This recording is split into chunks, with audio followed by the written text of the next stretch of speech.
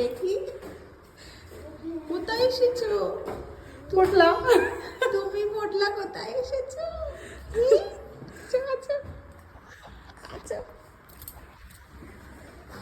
ও কোথায় এসেছো? যদি আবার বেরো তাহলে থাক। সোনা কোথায় এসেছো? কোথায় এসেছো তুমি? হ্যাঁ দেখো আমার মাম্মা এসেছে, কি সুন্দর একটা জামা পরে, এক্ষুনি কাঁদবে। ওই দেখো কান্না শুরু। আচ্ছা যাও ওই দিদি ভাইয়ের কাছে যাও। আসো যাও যাও যাও। না যাও দিদি ভাইয়ের কাছে যাও। না সোনা দেখি